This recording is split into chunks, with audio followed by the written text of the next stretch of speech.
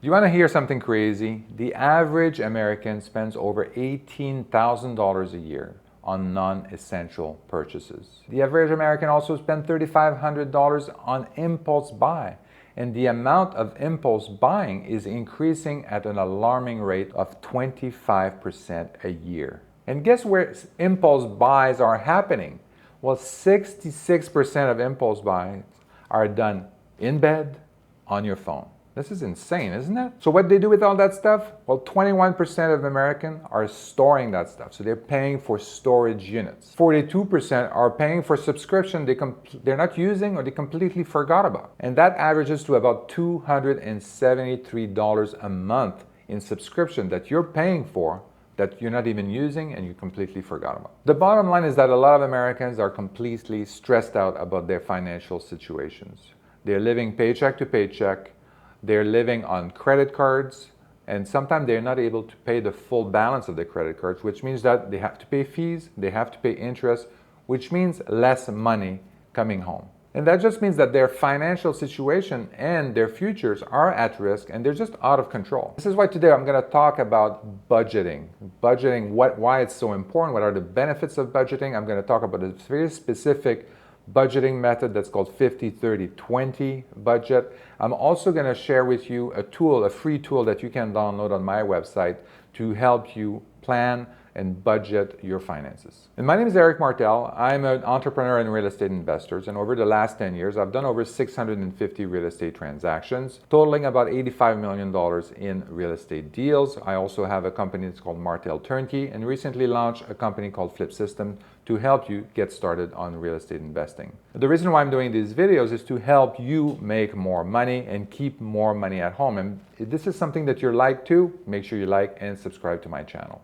But let's get started. So what are the benefits of budgeting? The number one benefit of budgeting is clarity. You understand where your money is coming from and where it's going into the different categories. It's also, once you get started on the budget, you're going to find that your life is going to be stress-free, or it's going to get there eventually. Maybe it's going to be stressful at the beginning when you see where you're spending your money, but eventually the goal is, with budgeting, is that you're going to be less stressed and maybe stress-free. Finally, by budgeting properly, you're going to be able to have more money for savings, more money for investments as well. And that investment is going to help you prepare for the future. And number 4 is about achieving your financial goal.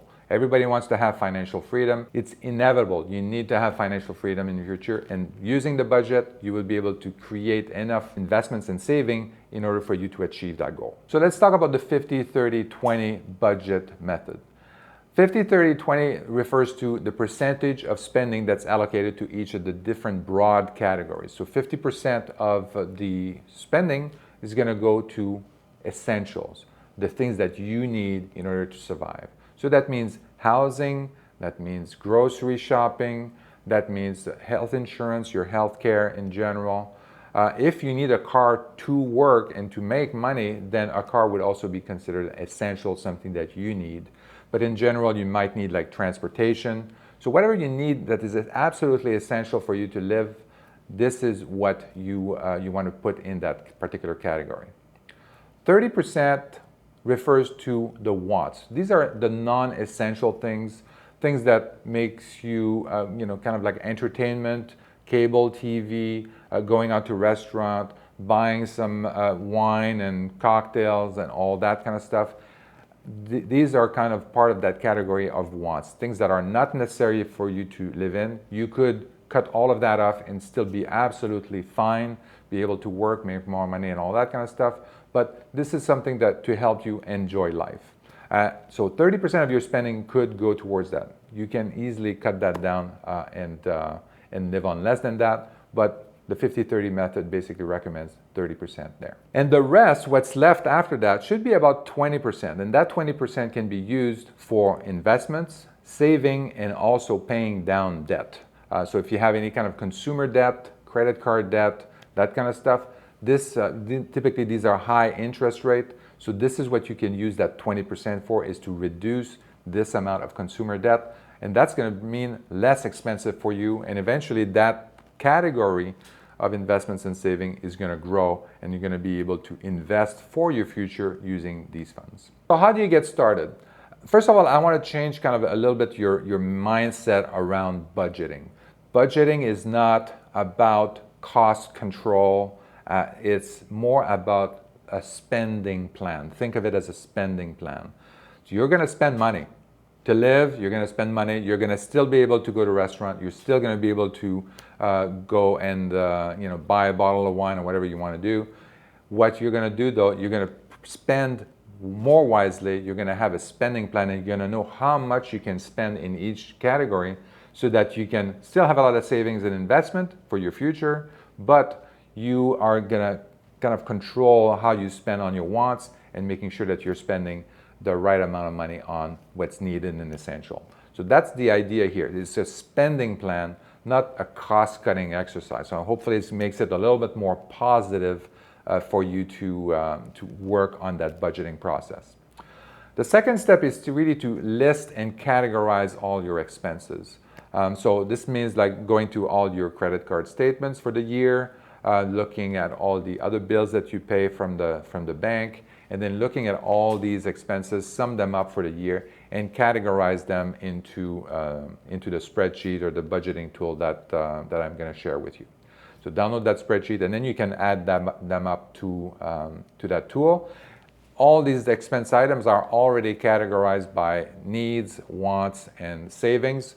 And basically, you want to allocate all the money that's coming in into each of these different categories, so that you can calculate the percentage in each category and decide how you're going to handle that. And then it's going to be about purposeful spending. So this is going to be, you're going to be spending money on the needs, things that are absolutely essentials. You're going to look at that and make sure that you're honed in on what's needed to live.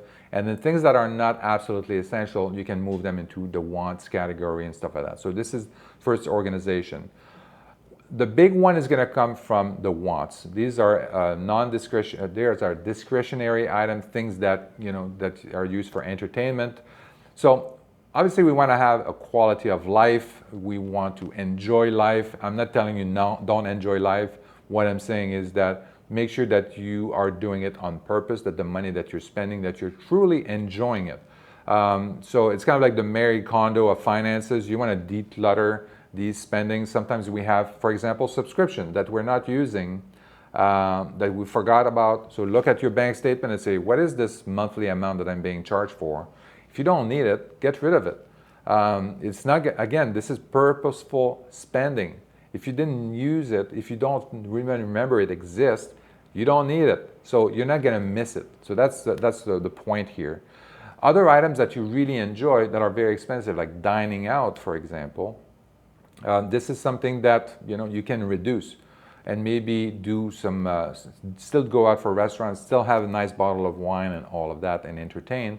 But instead of doing it 3 or 4 times a week, maybe you want to do it like once a week and then truly enjoy. Maybe even have like a higher quality restaurant or something like that, even that it's still going to reduce the amount of money you're spending on dining out, but you're going to have a better experience. You're going to enjoy a higher quality of restaurants than maybe you were doing before. So that's something that you can look at to really reduce the wants, and that's called purposeful spending. So you want to make sure that whatever you're spending your money on is actually going to be something that's going to be truly bring you joy and happiness. And the goal of this is to really kind of like minimize as much as you can the wants, if you can minimize the needs as well. And really the goal is to have at least 20% of your income to be allocated to savings and investments and debt repayment.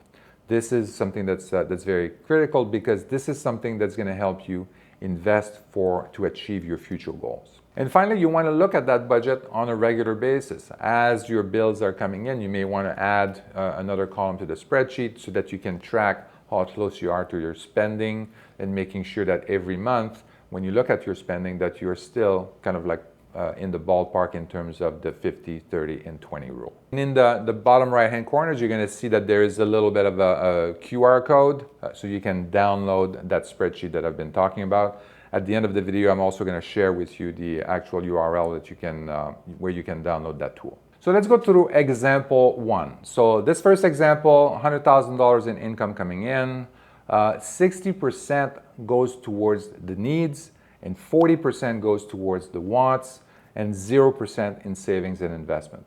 You're gonna say, well, this is not realistic, blah, blah, blah. Trust me, it is. And this is very typical of people that are living above their means. They're living in a neighborhood, they have to buy the big house, and then of course when you're in a certain neighborhood and you look at everybody that has Mercedes and BMWs and Tesla, then you also want to have these so that you can fit in. So you sell your Toyota Corolla and then you buy a BMW and a Tesla for, or Lamborghini, whatever it is.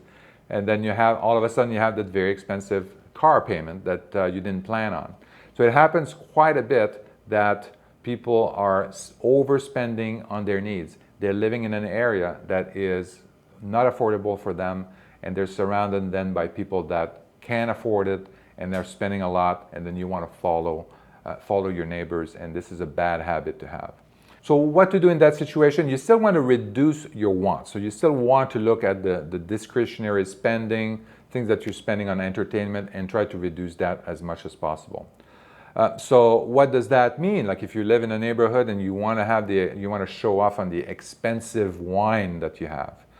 I mean, one trick that you could use is become the expert in finding value in wine. So buying wine that have high value, low price, but still very good quality. Maybe you become the expert on that and specialize in the $20 bottle instead of your neighbors that are specializing in the $200 bottle.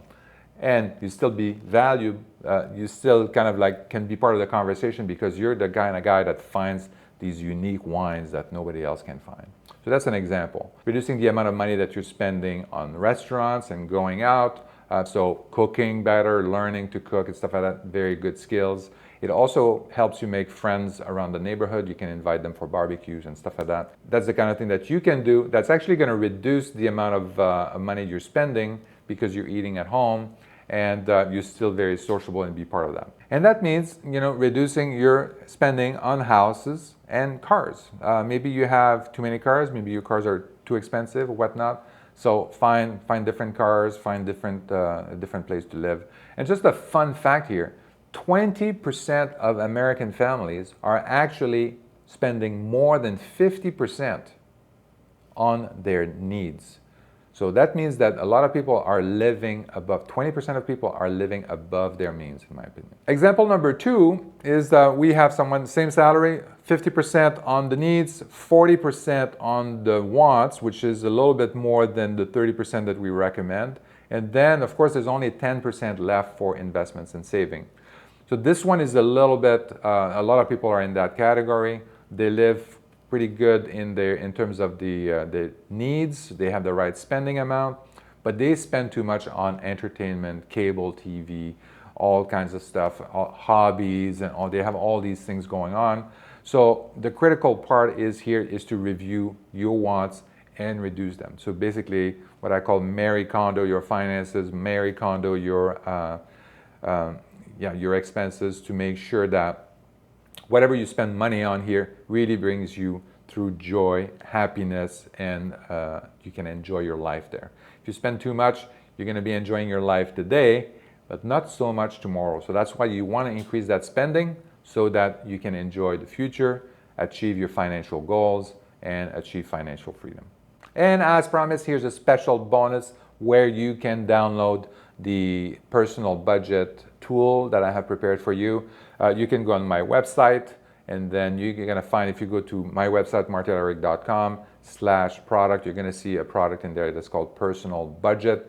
You can download that. You're going to have to add that to your basket, give me your email, and I'm going to send you the link to basically download that tool. If you have any problems, make sure that you text me at Eric Martel Official, anywhere on social media, and I'll help you find that tool if you can't find it on your own.